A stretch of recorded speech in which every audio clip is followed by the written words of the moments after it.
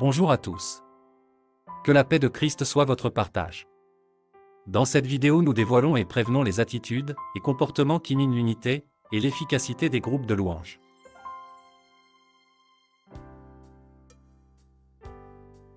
Ces ministres dont la mission va bien au-delà de la simple prestation musicale sont des vecteurs de la présence de Dieu au sein de l'assemblée, conduisant les fidèles dans une adoration sincère et profonde. Cependant, ces groupes peuvent être confrontés à diverses difficultés qui, si elles ne sont pas traitées, peuvent les mener à la division, voire à la dissolution. Un des principaux éléments qui peuvent détruire un groupe de louanges est l'orgueil. Proverbe 16-18 déclare « L'orgueil précède la ruine, et l'esprit hautain précède la chute ». Lorsque les membres d'un groupe de louanges commencent à se concentrer sur leur propre gloire plutôt que sur la gloire de Dieu, ils s'éloignent de leur mission première. L'orgueil peut se manifester par un désir de reconnaissance, une compétition malsaine entre les membres, ou une résistance à l'autorité spirituelle. Cet esprit d'orgueil peut rapidement semer la division, créer des tensions et détruire l'unité essentielle au bon fonctionnement du groupe.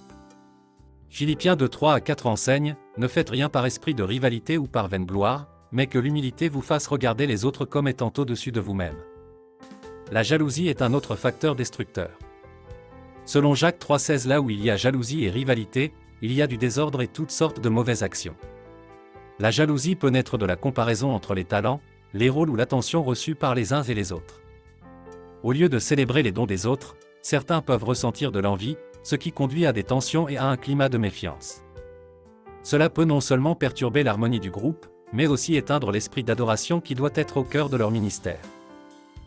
En plus, un groupe de louanges qui ne prie pas ensemble, pour chercher la direction de Dieu, risque de s'appuyer sur ses propres capacités plutôt que sur l'onction divine.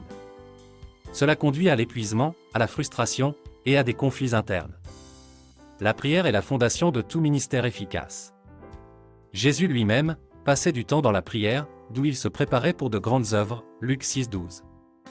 L'absence de communication claire et de gestion des conflits peut aussi détruire un groupe de louanges. Matthieu 18:15-17 nous donne un modèle pour résoudre les désaccords, parler en privé avec la personne concernée, puis, si nécessaire, impliquer d'autres membres pour parvenir à une résolution.